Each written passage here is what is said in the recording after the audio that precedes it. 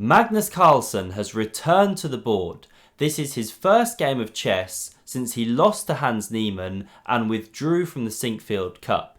Now this is another leg of the Meltwater Chess Tour. This is online chess, rapid play. This is the prelims, then we go to quarters, semis, finals. So Magnus was off to an absolute flyer. He won 2, drew 1 in his first 3 games. This is his 4th game here against Lê Quang Liêm. And by the way, with regards to all the drama going on, we didn't hear a single statement from Magnus before this event, in an interview afterwards, during, nothing like that I saw during the show. So still no further news from him on his thoughts or feelings, despite the fact that there was of course much chat in the actual chat box going on during the show and from the commentators before the show began. Very, very interesting listening to Alejandro, for example.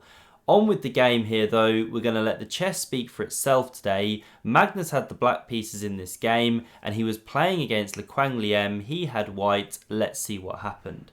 So we had d4 on the board. Magnus goes d5, c4, the queen's gambit, e6 declines it. Now knight f3, and knight f6 is most common here, but Magnus goes for pawn to c6, just bringing my mic in a bit closer. So a more unusual move, but still a very solid setup. And here we had this move of bishop to g5. So an aggressive continuation, bringing that bishop outside of the pawn chain, preparing to go e3. Magnus blocks that attack on the queen. Now pawn e3, he develops his bishop, knight c3 develops. Magnus does similar with his knight here, bishop d3, and now he puts a question to this bishop here. So it drops back to h4, and now Magnus takes on c4. This is a very thematic idea. After the white bishop recaptures, then he goes b5, kicks that bishop back. Sometimes it can go to b3 as well, by the way.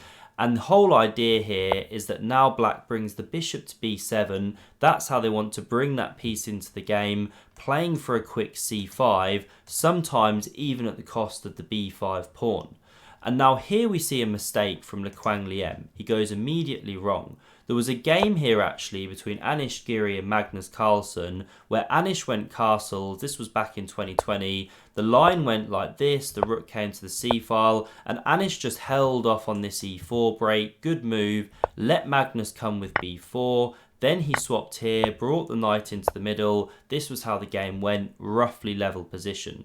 But the problem in this game is Lê Quang Liêm was just a bit impatient. So instead of casting the king, going for this slower play, he plays pawn e4 immediately. Now this is a common idea, to strike in the centre, counter the play that black is bringing on the queen side, but it's just a bit premature here. Because when Magnus goes b4, the knight gets kicked, and now he goes c5, and the e4 pawn is immediately sensitive, attacked by 2 pieces. Magnus's whole game is just springing to life before white's got castled, before they've brought a rook to the c-file, etc.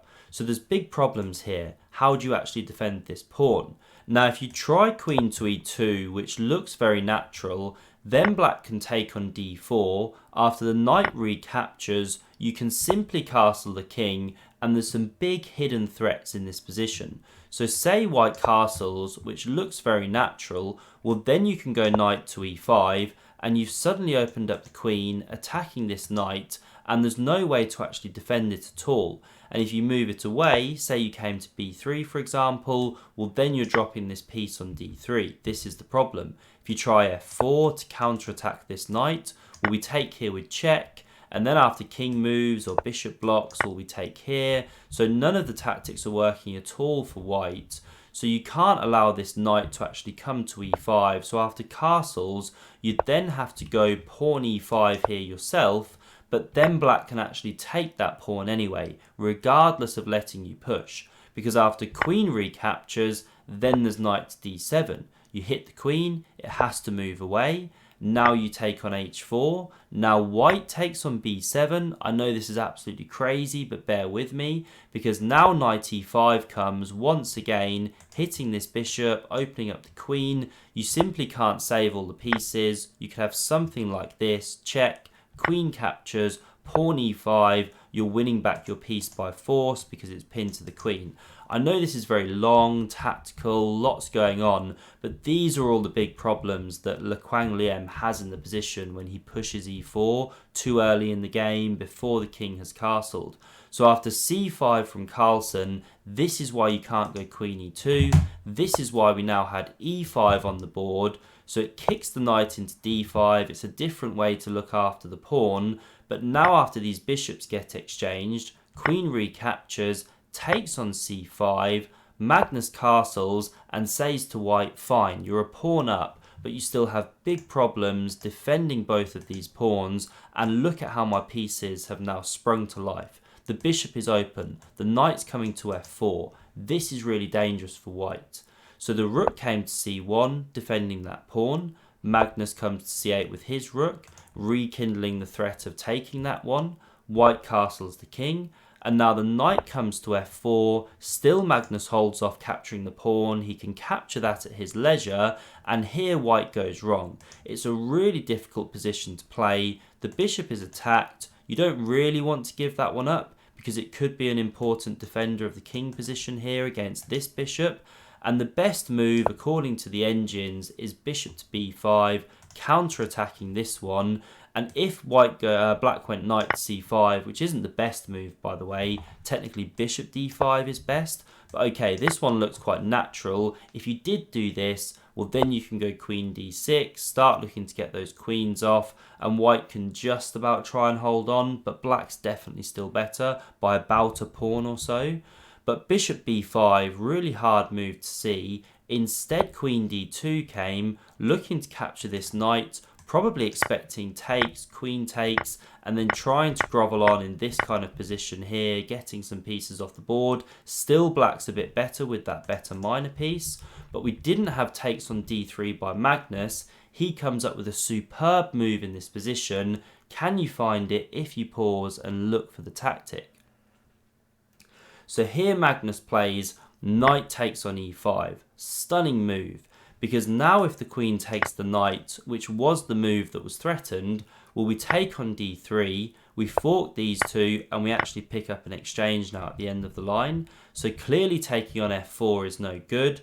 What about if instead you actually capture this knight, which is of course on prise after you capture that pawn?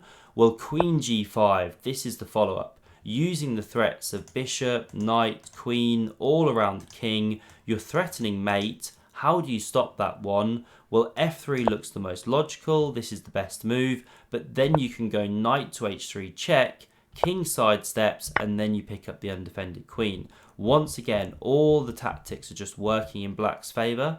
So after knight takes on e5, we had bishop to e4, good move from Lê Quang Liêm, best in the position. Now when Magnus captures that one, at least he has time to take here. There's no knight d3, forking queen and rook like there was in the other line, because this time you can actually then take this bishop on e4. So instead we had takes here with check, pawn recaptures, the bishop drops back, and so Magnus has shattered the structure, and once again he has this better minor piece, especially because the knight is just completely blocked out of the game here, as we can see. So it's attacked by the bishop. You can't even go this one to defend the knight, pick up a pawn, or then we check here. If the king sidesteps, well this is checkmate, so you'd have to block with the queen, and then you can simply trade and pick up a free knight. So this is no good, of course. You can't take the pawn on b4. That's why b3 was played, and now Magnus simply goes rook f to d8, bringing more firepower into the game, maybe looking to pivot like this one day.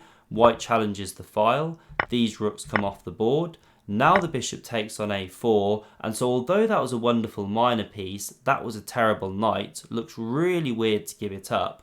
The reason Magnus is doing this is that he's calculated this endgame and seen that it's just completely winning. So he's a pawn up here, plus the white pawns are shattered, completely winning when you've got the technique of Magnus. Once again the pawn is immune. Then we can check here, now you pick up the queen. So instead we had king f1, comes away from those checks. Now pawn a5 solidifies this pawn. The queen came to e4, centralizing, looking to check here. Magnus activates his queen, looking down here on these dark squares, and so pawn h4 was now played, kicking the queen from that active outpost, and Magnus, in true Magnus style, goes queen f5, offering a queen exchange, which white accepts. There wasn't really too much better, by the way. Say you start checking like this, well, you can just run the king up here, and black's now threatening check from h3, invasion with the rook. You know, this is just terrible. You're probably going to get mated. So the queen's come off, but even in this endgame position, Magnus is just completely killing it. So he starts marching in the king now. We had this check. White does the same. Both kings start to centralise here. Look at Magnus's powerful rook, controlling this pawn, threatening to hop down at the right moment. And now this is instructive. Magnus abandons these kingside pawns because he wants to march over here. He can see this b pawn should win him the game. So king e5 played. He leaves the f7 pawn, rook to d2. Now we had f4 check. The king comes. Yes, this pair gets liquidated, pawn captures, rook captures, and after Magnus takes here, he even gives up on the a pawn, but the problem now is that his king and rook are just far too advanced, supporting this one in coming down the board. So rook to a7 was played, attacks here, frees the way for the a pawn, Magnus goes b2, rook b7 comes behind, but now rook a3 check, and this is really just a killer check. So the king comes up the board to g4. If you try coming to g2, well, the king marches in once again, and you just can't stop the rook from coming to the b file, the pawn queening. If you check, we come here. Check, we come down to a2, or take here, we come to a2. Again, you just can't stop that pawn going through. So the king came to g4. Magnus took on a4 here, and this is a really nice tactic. Because if the rook captures this one, we've got king c3, discovered check, picking up the rook. That's completely lost. So instead we had this king f5 move, now king c3 anyway, and here actually white resigned the position. Once again, you just can't stop the rook from blocking the file, queening the pawn. You don't even have to queen the pawn straight away and then win it with the rook. So Magnus bouncing back into chess with a crushing first day. Really intriguing how this tournament's going to go, especially because he's playing Hans Niemann in round 6. That's the game that we're all waiting for coming tomorrow. So do hit subscribe if you don't want to miss my recap of that one. And if you want to see all the drama that's unfolded recently, then do check out this video. Thanks very much for watching and see you soon.